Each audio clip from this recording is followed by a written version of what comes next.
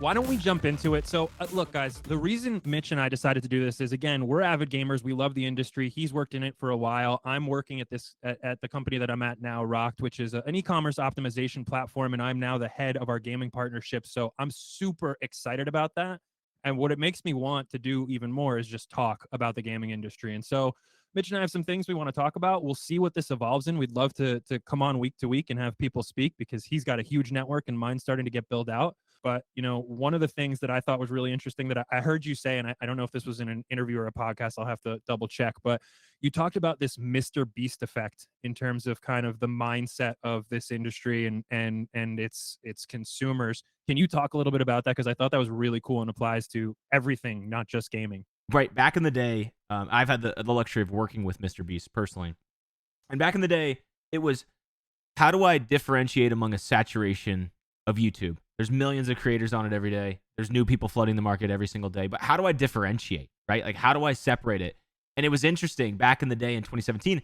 It was like, hey, thanks, audience. I just bought a Camaro. And everyone was like, yeah, let's go. We bought a Camaro because of our support, right? But then like 2019 started to change. And that became like almost egotistical. It became this weird, like, that's not cool anymore. And what was cool, like you said, was this Mr. Beast effect. It's taking all the money that you make in a video and giving it away, giving this incentive, giving this, what's in it for me? Why should I not watch Logan Paul? Why should I watch Mr. Beast? Well, Mr. Beast gives me a chance to win a house. This guy's over here buying a Ferrari. This guy gives me a chance to buy a house. And it's this new incentive strategy that you're leading into that is answering this question about a younger audience keeps asking. And they're saying, why should I shop at your store? Why should I interact with your brand? Why should I do this? It's no different there. You see the connection is YouTube. He did it for saturation. Brands are now saturated in this market, and people aren't answering the question, what's in it for me?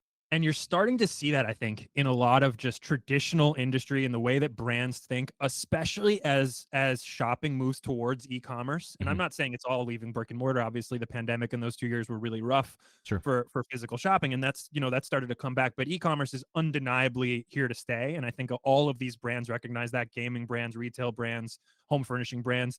And a big theme that I'm seeing, just to go along with that sentiment, is how do we make this experience authentic and genuine, so it's not like we're pushing something on these customers, but it feels like they're not shopping a brand, they're shopping a lifestyle or a culture.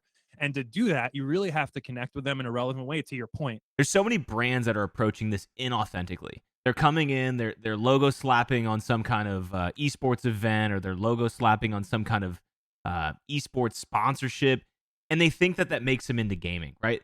They think that makes them part of the culture or the ecosystem. And what it really does is it actually makes people reject them. A lot of people look at that and go, oh, that's clearly hashtag ad, or that's clearly something trying to market to or sell to me. And it put people on the radar. Like they put their ears up and they kind of like tune you out a little bit.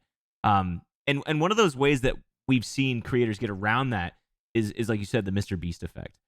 And to do that, you really have to connect with them in a relevant way, to your point. Yeah. And I think you're seeing a lot of that mentality that Mr. Beast and now some of these other content creators have kind of fostered, them definitely knowingly, but also it's kind of built and seeped into our ethos outside of when we Yeah. game. Obviously, when we watch these videos, we get a huge kick out of watching them give, you know, 10,000 kids the ability to see again, or have people put their hand on a private jet until the last person takes it off and the winner gets it. I Yeah. mean, who doesn't love watching that? I Correct. don't know if I want to do it, but now you see brands which are thinking about, how do we, one, figure out a way to make more money, and two, the answer is, what's in it for me, is what you just said. And that was, that is everywhere. The customer is constantly thinking, what's in it for me? Sure, there's a promotion here and I might buy this, but what else is in it for me? What's the end more? All right.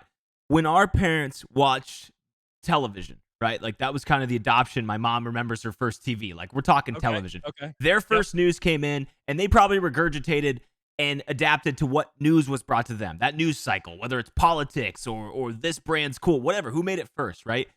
Then it was our generation. We kind of got that mix of like, okay, advertising is starting to pick up. Now we think these brands are like, why do I think Axe body spray is cool? I don't know. Their commercial made me laugh. And it was experience. I don't know. But I still couldn't tell you why it's better than something else. YouTube is the new television, right? It is what they tune into every day. Twitch, YouTube, they're consuming this live, differentiating, pre-recorded content, and it's not on television. And we have to look at what are the key identifiers that are happening on YouTube. It's a guy at the top, the number one creator saying, hey, do this and you can win a house.